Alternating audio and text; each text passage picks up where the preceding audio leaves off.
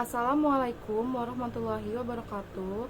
Perkenalkan, kami dari kelompok 8 yang terdiri dari saya sendiri, Fauzanah, Haswan Asrafah, Livani Adelia Putri, Naufal Hedriansyah, dan juga Dewi Sukartini akan mempresentasikan tugas mata kuliah metode kuantitatif yang berjudul Uji Persamaan Regresi Linier Berganda. Yang pertama adalah uji T.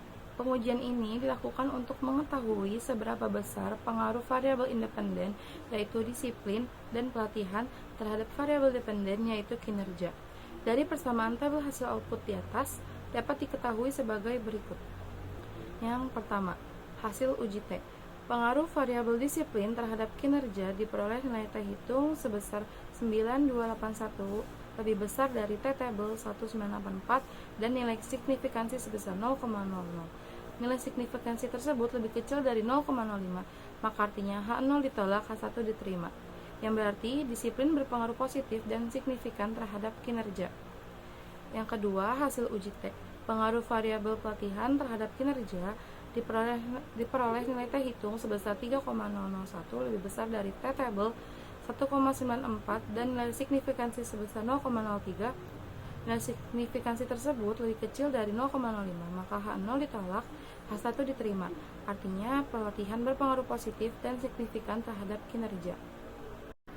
Yang kedua adalah uji F. Pengujian ini pada dasarnya bertujuan untuk menunjukkan apakah terdapat hubungan yang signifikan antara variabel independen dengan variabel dependen. Kriteria yang digunakan dalam pengujian ini adalah apabila signifikansi lebih kecil dari 0,05, maka model tidak layak untuk digunakan sebagai model pengujian dalam penelitian. Pada hasil output di atas menunjukkan bahwa diperoleh nilai F hitung sebesar 78470, lebih besar dari F-table 309. Dan nilai signifikansi sebesar 0,000. Oleh karena signifikansi lebih kecil daripada 0,05, maka dapat disimpulkan bahwa variabel disiplin dan pelatihan secara bersama-sama berpengaruh signifikan terhadap kinerja. Di sini saya ingin menjelaskan tentang uji determinasi simultan. Nah, koefisien determinasi digunakan untuk mengetahui keeratan hubungan antara variabel bebas dengan variabel terikat. Tujuannya apa sih? Untuk menghitung koefisien determinasi adalah untuk mengetahui pengaruh variabel bebas atau independen terhadap variabel terikat atau dependen. Dari hasil analisis data ini, kita dapat ketahui bahwa nilai adjusted R-square adalah 0,610.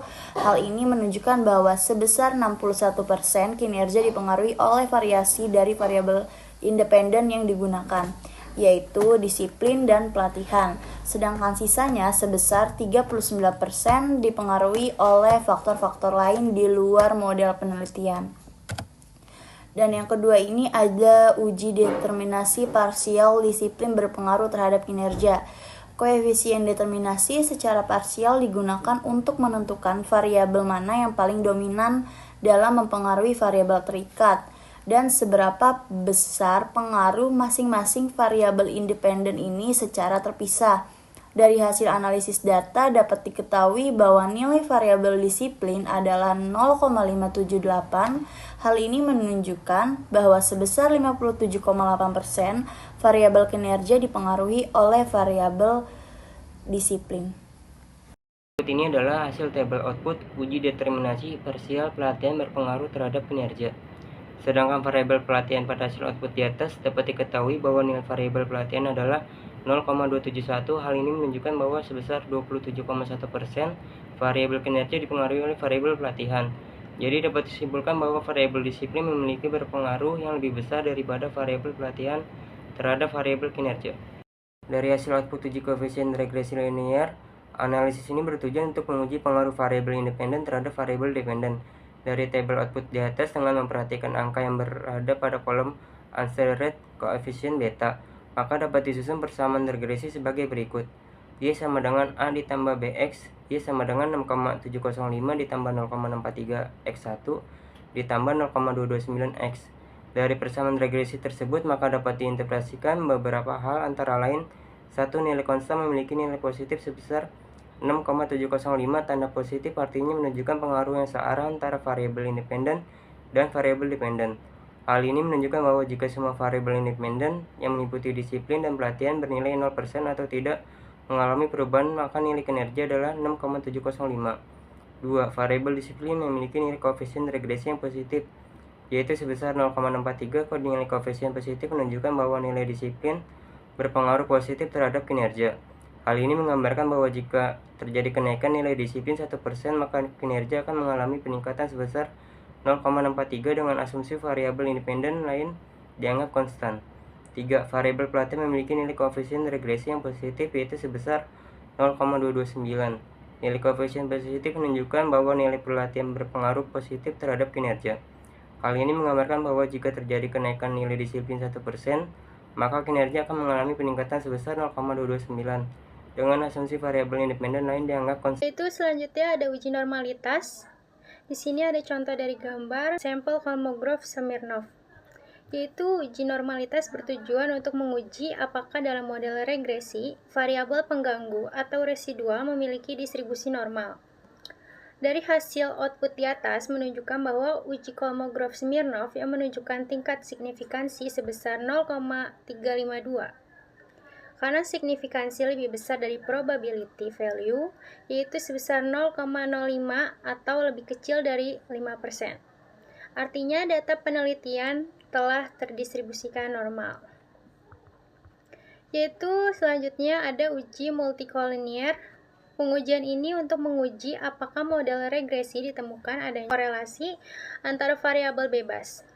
Untuk mengetahuinya atau tidaknya multicollinearitas, di dalam model regresi dapat dilihat dari nilai tolerance dan FIF. Kedua ukuran ini menunjukkan setiap variabel independen manakah yang dijelaskan oleh variabel independen lainnya. Batas dari nilai FIF adalah 10 dan tolerance value adalah 0,1. Multicollinearitas dapat terjadi apabila nilai tolerance kurang dari 0,10 dan FIF-nya lebih dari 10. Berdasarkan hasil output di atas menunjukkan bahwa nilai variabel disiplin dan kinerja yaitu 1,291 atau FIF-nya kurang dari 10 dan semua variabel memiliki toleransi 0,775 atau lebih besar dari 0,1. Hal ini menunjukkan bahwa tidak terjadinya gejala multicollinearitas. Selanjutnya ada uji heteroskedastisitas. Uji ini bertujuan untuk menguji apakah dalam model regresi terjadi ketidaksamaan varians dan residual satu pengamatan ke pengamatan yang lain. Jika varians dari residual satu pengamatan ke pengamatan lain tetap, maka disebut homoskedastisitas. Jika nilai signifikansi lebih besar 0,05, maka tidak terjadi heteroskedastisitas. Berdasarkan tabel output tersebut diketahui bahwa seluruh variabel penelitian memiliki nilai signifikansi lebih besar dari 0,05 sehingga dapat disimpulkan bahwa tidak terjadi heteroskedastisitas pada model regresi. Selanjutnya, uji linearitas. Uji ini bertujuan untuk mengetahui apakah dua variabel mempunyai hubungan yang linear atau tidak. Dasar pengambilan keputusan yaitu yang pertama, apabila nilai probabilitas lebih besar 0,05, maka dapat diartikan hubungan antar variabel adalah linear. Yang kedua, apakah nilai probabilitas lebih kecil 0,05, maka dapat diartikan hubungan antar variabel adalah tidak linear. Dari perhitungan pada tabel output di atas dapat diketahui bahwa nilai signifikansi sebesar 0,834, maka dapat disimpulkan bahwa terdapat hubungan fungsional linear yang signifikan antara variabel X dengan variabel Y. Karena nilainya lebih besar dari 0,05 atau 0,834 lebih besar dari 0,05. Sekian presentasi dari kelompok kami, kurang lebihnya mohon maaf. Wassalamualaikum warahmatullahi wabarakatuh.